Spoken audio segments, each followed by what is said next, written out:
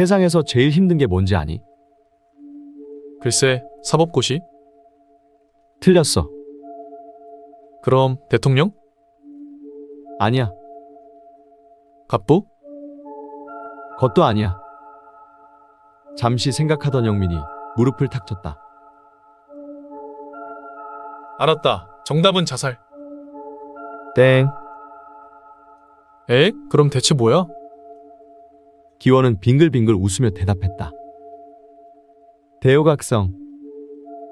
대호? 뭐라고? 대호각성. 다른 말로는 득도라고도 하지. 어이없다는 표정을 짓는 영민이었다. 뭐야, 괜히 열심히 생각했네. 득도란 불교에서 말하는 깨달음이야. 어제서야 비로소 결정했어. 엥? 무슨 생뚱맞는 소리야? 학과 말이야. 동일대 불교학과로 결정했어.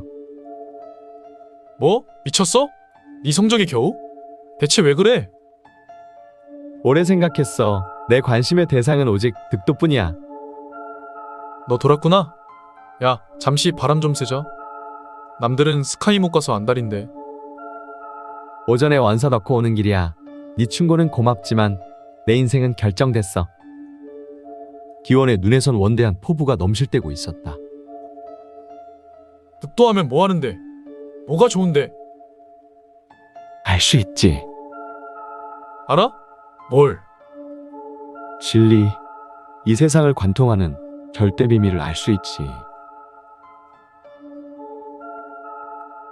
쌀쌀한 2월의 어느 날, 기원이 커다란 짐 가방을 맨 채 집을 나서고 있었다. 끝났어. 멀쩡한 내 새끼. 다 베렸어. 거실에선 기원 의모친이 생기 없는 얼굴로 중얼거리고 있었다. 집을 나선 기원은 곧장 기차역으로 향했다. 죄송해요. 지금 안 하면 죽을 것 같아서요. 지난 며칠간을 가족과 싸웠다. 가족들은 기원을 전혀 이해하지 못했고 기원은 집을 나왔다. 서울행 하나요. 표를 건네받은 기원이 기차에 몸을 실었다. 곧 덜컹거리며 기차가 출발하자 기원의 눈이 감겼다. 지난해 여름 홀로 가보았던 고성폭포함이 떠올랐다. 폭포함의 주지스님은 기세가 장군 같았는데 입을 열면 언제나 불호령이었다. 그날 법문을 들으려 제법 많은 사람들이 폭포함을 찾았다. 기원도 마음속에 큰 의문을 품고 폭포함을 찾은 길이었다. 법당의 사람들이 쭉 둘러앉았고 곧 주지스님의 법문이 시작되었다.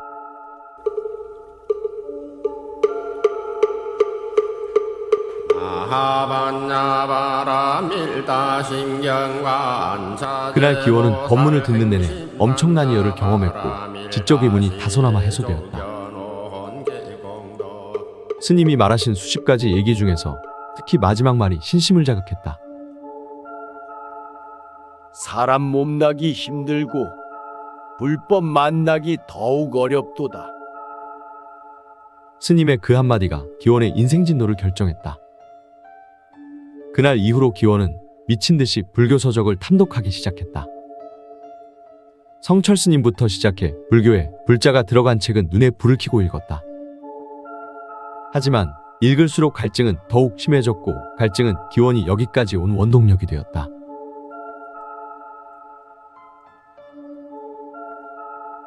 10년 후 오랜만에 영민은 고등학교 동창회에 참석했다. 여태껏 기반 잡느라 눈코 뜰 새 없었지만 올해 초부터 다소 안정된 영민이었다. 어째 니들은 변한 게 없냐? 여전히 개념이 없구만. 새끼, 졸업하고 처음 나온 놈이 누군데 큰 소리야. 왁자지껄한 분위기 속에서 영민이가 말을 이었다. 오늘 먹고 죽자. 야, 다들 잔 채워. 일이 좋아할 놈이 왜 코빼기도 안 비췄담? 알잖냐? 내 일이 좀 그렇잖아. 영민이 원샷을 외치자 모두가 단숨에 잔을 비웠다. 어느새 얼큰하게 취한 민수가 영민에게 물었다. 근데 너 올해 경사 진급했다며? 그래, 까불면 확 체포해버린다. 제발 체포해줘. 깜방 가면 공짜로 밥 주지. 알아서 운동시켜주지. 완전 천국이다. 천국.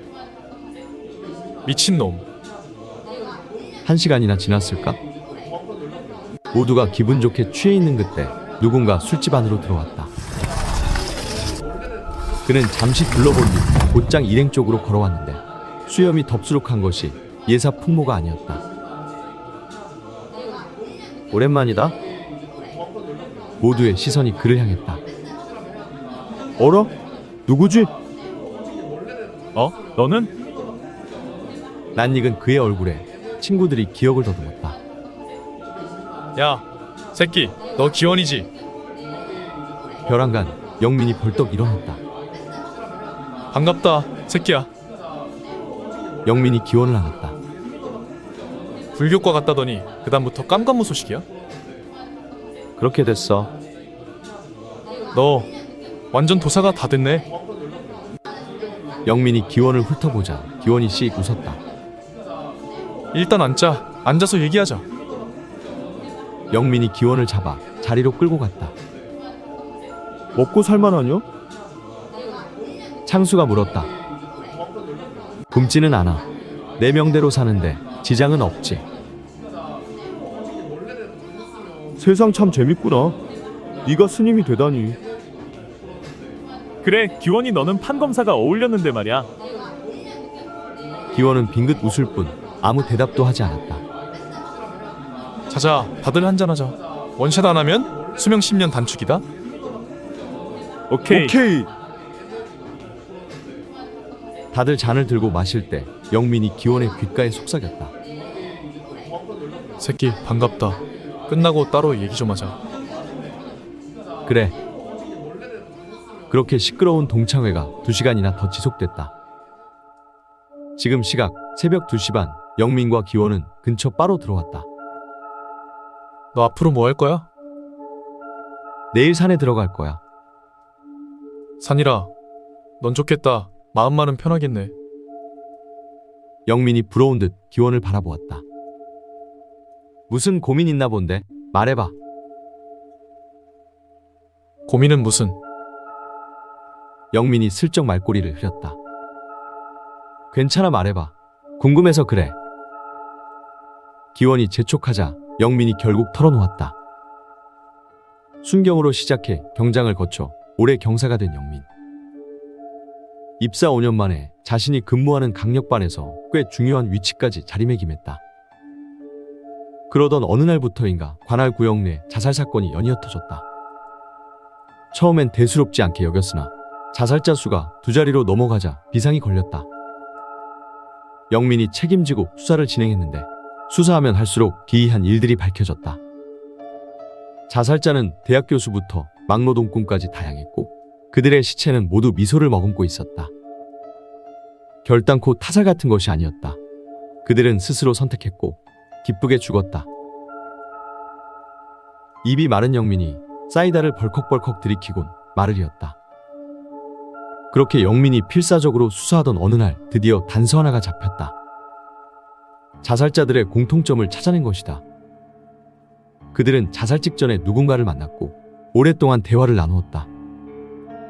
대화가 끝난 뒤 그들은 기꺼이 죽음을 받아들였고 그 누군가는 사라졌다. 영민은 한 여자를 용의자로 지목했고 그 여자를 뒤쫓는데 총력을 기울였다. 그러던 어느 날 상부에서 지시가 내려졌다.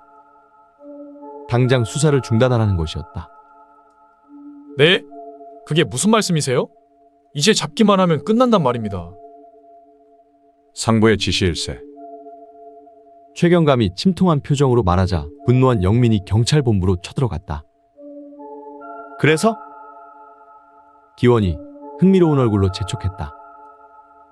곧이어 나온 영민의 말은 엄청난 것이었다. 영민이 난동을 피우자 검은 선글라스의 2사람이 영민을 어딘가로 끌고 갔는데 그곳에서 영민은 까마득한 경찰 고위 간부를 만났다. 헌데 그의 말이 충격적이었다. 그대가 용의자로 지목한 그 여자, 우리는 통칭 붉은 사쿠라라고 부른다네. 붉은 사쿠라? 그래, 붉은 사쿠라. 올해가 그녀를 추적한 지 딱 50년째 되는 해일세. 뭐라고요? 50년? 농담하지 말아요. 그녀는 많이 좁아야 30세라고요. 우리나라는 50년이지만 일본은 200년일세. 그녀는 놀라운 화술을 지녔다네. 사람들을 논리적으로 설득시켜 자살에 이르게 하지. 설득? 그래, 믿지 못할 걸세. 나도 그랬으니까. 하지만 절대 최면 따위가 아니야. 순수한 화술의 힘이지. 절대의 논리로 듣는 사람을 설득시키지. 그의 안색이 갑자기 침중해졌다. 그녀를 취조하던 나의 선배. 선배의 선배. 무수히 많은 사람들이 자살했네. 아무리 냉철한 이성의 소유자도 그 아무리 행복한 사람이라도 그녀의 논리적인 설득 앞에 결국 무너지지. 대체 그녀가 무슨 말을 하길래 자살까지 하는 거죠? 예전에 그녀를 취조할 때 녹음을 한 적이 있었지. 그래서요? 그의 손바닥이 목을 그었다. 다 죽었어. 녹음 테이프를 듣던 3명이 동시에 자살하자 테이프를 부숴버렸지. 영민이 충격에 빠진 채 말을 잇지 못했다. 자살하기 싫으면 당장 손 떼게나. 그래도 하겠다면 내말리진 않겠네. 영민은 본부를 나올 수밖에 없었다. 이것이 열흘 전 영민에게 일어난 일이다. 어때? 영민이 기원에게 물었다. 대단한데? 아주 흥미롭네. 기원은 눈빛을 빛내며 다가왔다. 오직 말로만 자살에 이르게 할 수 있다고? 기원이 턱을 괜 채 골똘히 생각에 빠졌다. 내가 괜한 말 했나 보다. 결정했어. 영민이 머쓱해하던 그 순간 기원이 벌떡 일어나며 말을 이어갔다. 산으로 가는 건 미뤄야겠어. 나가자. 당장 수사 기록부터 살펴봐야겠어. 기원이 대답도 안 듣고 성큼성큼 밖으로 나갔다. 그날 밤 기원은 영민의 집에서 하루를 묵었다. 다음 날 아침 일찍 두 사람은 영민이 근무하는 강남경찰서로 향했다. 경찰서로 들어가자 한켠에 지하창고가 보였는데 영민이 그리로 들어갔다. 하이, 좋은 아침. 영민이 문을 열고 들어서자 두 명의 경찰관이 자리에서 일어섰다. 어라? 김경사님 오늘까지 휴가 아니신가요? 그래서 내가 훌륭한 경찰 아니냐? 근데 뒤에 분은 누구? 영민이 기원을 소개했다. 다들 인사해. 힘들게 스카우트한 사설탐정이시다. 아, 그러세요? 반갑습니다. 최동훈 경장입니다. 안녕하세요. 조한일 순경입니다.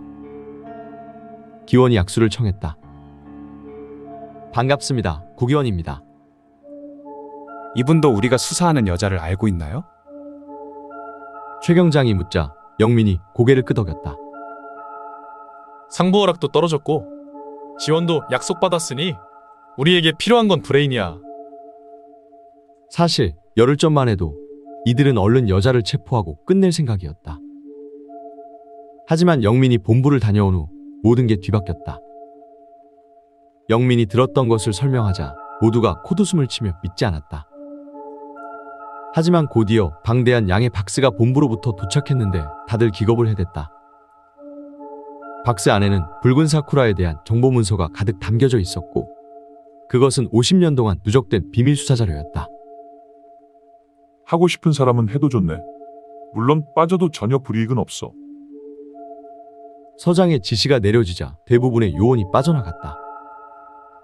10명으로 구성된 특별수사팀이 영민을 포함한 3명으로 확 줄었다. 문서를 읽어본 7명이 겁을 먹고 빠지자 서장이 셋을 따로 불렀다. 2달을 주겠네. 그 안에 해결 못하면 깨끗이 손을 털도록. 자네들도 결혼은 해야 할 것 아닌가.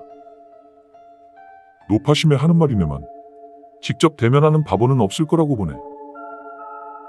서장은 이들에게 따로 전용 수사실을 만들어 주었고 셋은 거기서 먹고 자고 했다. 조순경이 탐정님에게 대충 상황을 설명해줘. 최 경장은 나랑 잠시 갈 데가 있어. 영민이 최 경장과 나가버리자 기원이 물었다. 자료부터 볼까요? 아, 네, 따라오세요. 조순경이 창고 한쪽 구석으로 걸어가자 기원이 따라갔다. 이놈들이죠. 구석에는 이삿짐 박스 같은 곳에 파일과 A4 용지가 빼곡히 쌓여 있었다. 끔찍하죠? 조순경이 어깨를 으쓱했다. 2달이 아니라 2년을 봐도 다 못 보겠는데. 기원이 노란색 파일을 집어들었다. 아시다시피 증거가 없어요. 증인도 없고 물증도 없고. 살인 방조죄 아닌가요? 조순경이 고개를 저었다. 자살자들은 붉은 사쿠라가 돌아간 뒤 정확히 1시간 후에 목숨을 끊었어요. 그래서 방조죄도 성립이 안 돼요. 기원이 파일을 넘겼다. 날짜별로 사건이 기록돼 있었는데 기원이 펼친 것은 20년 전 자료였다. 1986년 1월 3일 서울시 노원구 노원동 노원빌라 201호. 피해자 이용호. 나이 34세. 직업 기자. 자살 방법 커터날로 경동맥 절단. 1986년 2월 17일 진주시 문산읍 문산리 1024번지. 피해자 박점순. 직업 무직. 나이 65세. 자살 방법 익사. 1986년 3월 9일 울산시 중구 연포동 연포아파트 A동 408호. 피해자 이경주. 직업 학생. 나이 18세. 자살 방법 옥상에서 투신. 1986년 4월 30일 전라남도 진도군 진도 241-8번지. 피해자 오명환. 직업 군인. 나이 22세. 자살 방법 감전사. 파일을 읽으며 기원이 입을 열었다. 이거 한 달에 한 번씩 사건이 벌어졌군요? 맞아요. 정확히 한 달에 한 명씩 죽었죠. 그런데 하루에도 수십 명씩 자살할 텐데 어떻게 구별하죠? 기원이 파일을 덮고 조순경을 바라보았다. 아주 쉬워요. 보통 자살자들의 시체는 표정이 제한되거든요. 공포스럽다든지 인상을 쓴다든지 겉도 아니면 무표정인 경우가 99%예요.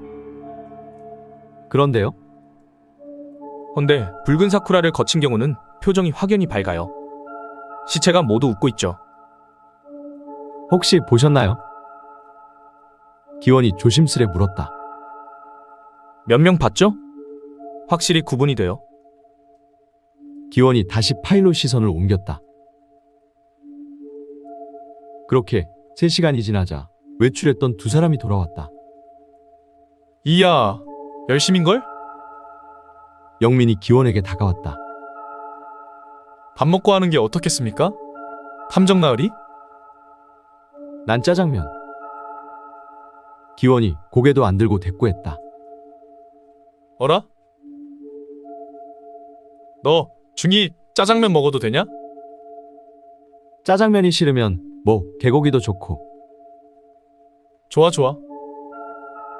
영민이 조순경에게 소리쳤다. 여기 짜장 곱빼기 2개. 난 돌솥 비빔밥. 최 경장이 말하자 조순경이 무시하고 수화기를 들었다. 중국집이죠? 여기 강남경찰서인데요. 짜장 곱빼기 세 그릇만요. 이것 봐! 조순경! 내 거는!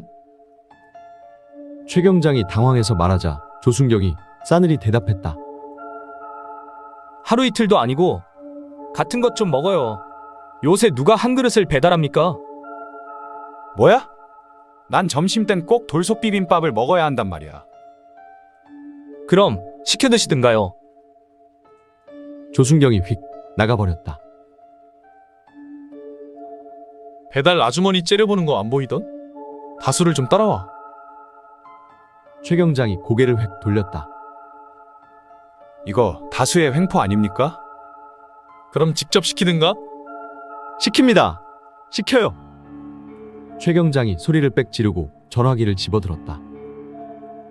여보세요? 여기 방금 전화한 강남경찰서인데요. 짬뽕 하나 추가해 주세요. 하루가 지나고 다음 날이 밝았다. 새벽부터 일어나 문서를 뒤지던 기원이 영민을 깨웠다. 영민아, 일어나봐. 물어볼 게 있어. 응? 영민이 실눈을 떴다. 공식적으로 50년 동안 한 달에 한 명씩 죽었어. 맞지? 그래. 살짝 뜬 실눈마저 감아버리는 영민이었다. 근데 최근 한 달 내에 15명이 죽었어. 그것도 한 지역에서. 맞지? 그래. 그래서 상부에서 지원을 해줬고. 맞지? 그래. 영민의 목소리는 거의 들리지 않았다. 나에게 한 가지 방법이 있어. 그래. 응? 뭐라고? 영민이 벌떡 일어났다. 붉은 사쿠라는 정부에게도 중요한 인물이지. 그렇지? 근데 그건 왜? 내가 생각한 방법은 정부의 도움이 절대적으로 필요하거든. 뭔데? 말해봐. 영민이 입이 바짝 타올랐다. 내가 생각한 방법은 바로 며칠이 지난 어느 날 양복 차림의 사내가 수사실을 방문했다. 청와대 비서실장 권상호입니다. 오셨군요. 서류를 보던 기원이 반색했다. 요청하신 내용에 대해 각하께서 협조하라고 하셨습니다.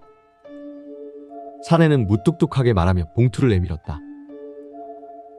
요구하신 자금입니다. 단, 저희는 모르는 돈이죠. 말을 마친 사내가 수사실을 빠져나갔다. 와, 진짜로 반응이 왔네. 이거 대박인걸? 영민이 놀라운 표정을 지으며 다가왔다. 자금이라면 일전에 얘기하신 그거 말입니까? 최 경장과 조순경의 표정에도 놀람이 나타났다. 그래, 자금을 얻었으니 이제 사람을 모아야지. 기원이 봉투를 열자 수표 10장이 나왔다. 잠깐 이게 얼마야? 억이 10개면 10억? 수표를 보던 영민이 입을 딱 벌렸다. 한번 만져나 봐요. 저도요. 나머지 두 사람이 달려들자 기원이 수표를 집어넣었다. 내 예상으론 이것도 빠듯합니다. 최 경장이 입맛을 다시자 영민이 입을 열었다. 그럼 이제 뭘 하지? 기원이 미소를 지었다. 뭘 하긴, 광고해야지. 5대 메이저 일간지, 각종 스포츠 신문사, 전문 광고지까지. 그날 하루 수사실의 전화기는 잠시도 쉬지 않았다. 저명한 문학 비평가이자 독설가인 윤성호 씨는 그날도 때늦은 아침을 먹고 있었다. 밥을 먹으며 습관처럼 신문을 펼쳤다. 이런 개쌍놈의 새끼들. 일면에는 집단 난투극을 벌이는 국회의원들의 모습이 클로즈업되어 있었다. 저것들 때문에 소화가 안 돼요. 소화가. 다시 한 장을 넘기자 자신이 쓴 칼럼이 눈에 들어왔다. 흐뭇하게 웃고는 다시 한 장을 넘기려는 찰나 아래쪽에 이상한 문구가 시선을 잡았다. 이건 또 뭐야? 윤성호는 신문을 들어 자세히 읽어갔다. 화술의 달인을 구합니다. 모집 인원 100명. 일당 300만 원. 평소에 자신이 말을 잘한다고 생각하시는 분, 또는 그런 말을 많이 들어보신 분, 평소에 자신이 논리적이라고 생각하신 분, 또는 그런 말을 많이 들어보신 분, 위에 해당하시는 분들은 아래 번호로 연락 주시기 바랍니다. 300만 원? 광고를 읽은 윤성호의 표정에 의심의 빛이 나타났다. 이거 사기 아니야? 300만 원이 네 집 개 이름인 줄 아나 보지? 윤성호의 입에선 예의 그 독설이 쏟아졌지만 손은 이미 핸드폰 폴더를 열고 있었다. 수사팀이 광고를 넣은 다음 날 새벽부터 전화통에 불이 나기 시작했다. 여보세요? 안녕하세요. 광고 보고 연락드립니다. 어디로 가면 되죠? 광고 보고 전화했어요. 근데 무슨 일인지 먼저 여쭤봐도 될까요? 여보세요? 네, 광고 받습니다. 300만 원짜리 일이란 게 뭐죠? 구인 광고 낸 데 맞죠? 뭘 하면 됩니까? 당장 갈게요. 20대 청년을 시작으로 무한 통화러쉬가 시작되었다. 네, 일단 오십시오. 여기 위치가 어디냐면. 처음에 의심을 보이는 사람도 거진 절반가량은 되었지만 이곳의 위치를 듣고 난 후엔 의심을 거두었다. 아니, 무슨 경찰서에서 돈이 남아돕니까? 이거 엄청 위험한 일 아닙니까? 직접 오셔서 들어보시고 결정하셔도 됩니다. 일단 경찰청에 직접 문의해 보겠습니다. 문제가 없을 시 방문하도록 하죠. 전화를 건 사람들이 많은 논리적이었고 개 중에는 극히 신중한 사람도 제법 되었다. 기원을 제외한 3명이 교대로 전화를 받을 동안 기원은 문서에 파묻혀 있었다. 이상한데? 기원이 의문의 빛을 띄우며 중얼거렸다. 이상하다니 뭐가? 영민이 지친 표정으로 의자에 털썩 주저앉았다. 99년도 7월 달에는 자살자가 없어. 뭐? 너 그거 벌써 다 본 거야? 날짜만 대강 훑었지 뭐. 혹시 네가 빠뜨린 거 아니야? 그럴 리는 없어. 기원이 손가락으로 한쪽을 가리켰다. 그곳에는 기원이 날짜별로 차곡차곡 정리한 파일들이 있었다. 영민이 놀라워하자 기원이 싱긋 웃었다. 2가지 중 하나야. 99년도 7월 달에 붉은 사쿠라가 움직이지 않았거나 그리고 누군가 죽었지만 단순 자살자로 처리된 경우. 2번째 아니야? 그녀는 50년 전부터 규칙적으로 활동했어. 잘못 처리된 게 아닐까? 기원이 고개를 저었다. 아니야, 가능성이 높은 건 첫 번째야. 어째서? 붉은 사쿠라가 죽인 사람들을 봐. 한 가지 걸리는 거 없어? 글쎄, 모르겠는데? 그들은 모두 정부에게 발견됐어. 모두 발견하기 쉬운 장소에서 자살했고 일반적인 자살자들의 통계를 떠올려봐. 그들은 몇 날 며칠을 방치될 수도 있어. 또 일부는 가스폭발 같은 걸로 완전히 으깨질 때도 있고 말이야. 하지만 붉은 사쿠라가 접근한 인물은 모두 하루 안에 발견이 되지. 그들은 얼굴을 상하게 하지 않아. 마치 미소를 보존해야 할 것처럼. 그럼 영민이 큰 단서나 잡은 것처럼 흥분했다. 붉은 사쿠라는 소기의 목적을 가지고 우리에게 메시지를 전달하는 거야. 메시지? 그래. 자신이 규칙적으로 죽이고 있다고 알려주고 있는 거지. 뭐 때문에? 난 모르지. 하지만 99년도 7월에 분명 뭔가가 일어났어. 기원이 눈을 가늘게 떴다. 김경사님, 교대 좀 해줘요. 갑자기 신호가 오네. 최 경장이 배를 움켜쥐고 말을 했다. 알았어. 영민이 가버리자 다시 기원이 혼자 남았다.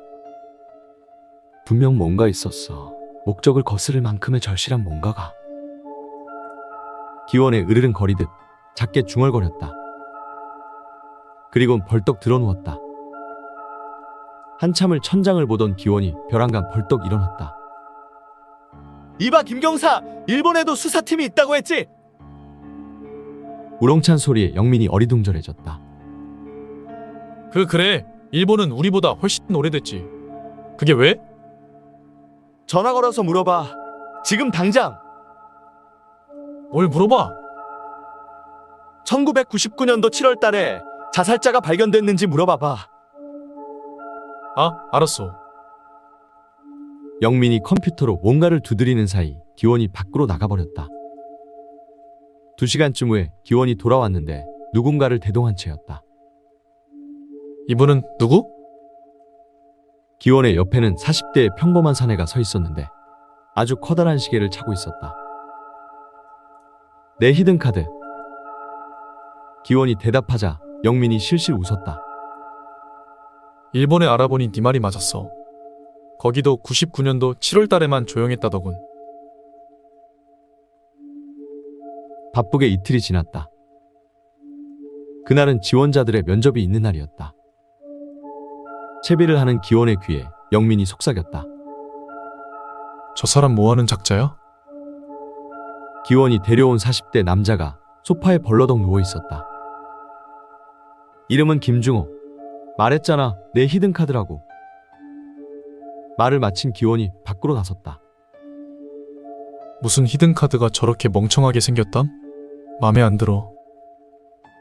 영민이 불이 나게 기원을 뒤따랐다. 둘이 도착한 곳은 경찰서 2층에 위치한 강당이었다. 강당 안은 좋기 수백 명의 사람들로 웅성대고 있었다. 그들은 기원과 영민이 들어서자 일제히 입을 다물고 둘을 바라보았다. 저기 책상을 보고 줄을 서주십시오. 기원이 말하자 그들은 또다시 웅성거리며 줄을 서기 시작했다. 자, 첫 번째 분. 기원이 자리에 앉자 제일 선두의 선차가 다가왔다. 네. 지금부터 제 말에 논리적으로 반박해 주시기 바랍니다. 당신은 왜 그런 식으로 생겨먹었죠? 눈앞에 30대 남성이 어이없는 듯 표정이 굳었다. 하지만 곧 얼굴에 능글능글한 미소가 피어올랐다. 제 얼굴은 어머니의 X 염색체와 아버지의 Y 염색체가 융합된 산물입니다. 저라고 이렇게 태어나고 싶었겠냐마는 면접관님을 보니 부모님에게 큰 절이라도 해야겠군요. 기원의 입이 씩 벌어졌다. 선두의 남자가 기원이 옆으로 책상을 가져오자 줄이 2개로 나뉘었다. 2개의 줄은 3개, 4개, 순식간에 불어나서 7개째가 되었다. 면접은 2시간도 채 걸리지 않아 종료됐다. 고르고 고른 100명을 빼고는 모두가 실격 처리되었다. 어디에 내놔도 빠지지 않는 그들이었지만 남은 100명이 워낙 강해서인지 순순히 물러났다. 김경사, 다음 단계 시작하지. 가서 광고 내고 와. 알았다. 영민이 나가자 기원이 단상 위로 올라섰다. 여러분, 주목해 주십시오. 백상의 눈이 기원을 향했다. 3일 후 여러분은 다시 이 자리에 모이게 됩니다. 여기서 한 명의 여자를 말로 굴복시키는 것이 여러분의 할 일입니다. 강당 안이 갑자기 소란스러워졌다. 그녀는 지독한 죽음 옹호론자로서 여러분이 같이 상대해야 밀리지 않을 것입니다. 기원이 그들의 자존심에 불을 담갔다. 아니, 고장 여자 한 명 때문에 우리가 모였단 말이요? 나 혼자 상대하지. 내가 상대할 거야. 다들 가만히 있어. 한마디도 못하게 해줄 테니까. 100명이 흥분한 망아지처럼 날뛰었다. 만약의 경우에 여러분들이 그녀에게 설득되어 죽을 수도 있습니다. 기원이 큰 소리로 외치자 대부분이 노골적으로 비웃어댔다. 자, 봉투를 하나씩 드리겠습니다. 안에는 현금 300만 원과 각서 한 장이 보이실 겁니다. 각서? 그렇습니다. 만약 여러분이 자살했을 시를 대비한 것이니 지금이라도 신중히 생각해 주십시오. 자살 좋아하네. 이제 인생 재밌어지려는 판에. 100명이 망설임 없이 서명을 끝내자 기원이 모두 회수했다. 그 시각 영민은 신문사와 통화를 하고 있었다. 죄송합니다만 고객님, 정말 이렇게 내보내는 게 맞습니까? 수화기 너머에서 당황스런 여성의 목소리가 들리자 영민이 소리를 질렀다. 글쎄, 그렇게 하라니까. 몇 번을 물어보는 거요. 영민은 곧 다음 신문사로 전화를 걸었다. 그날 저녁 수사팀 전부가 한자리에 모였다.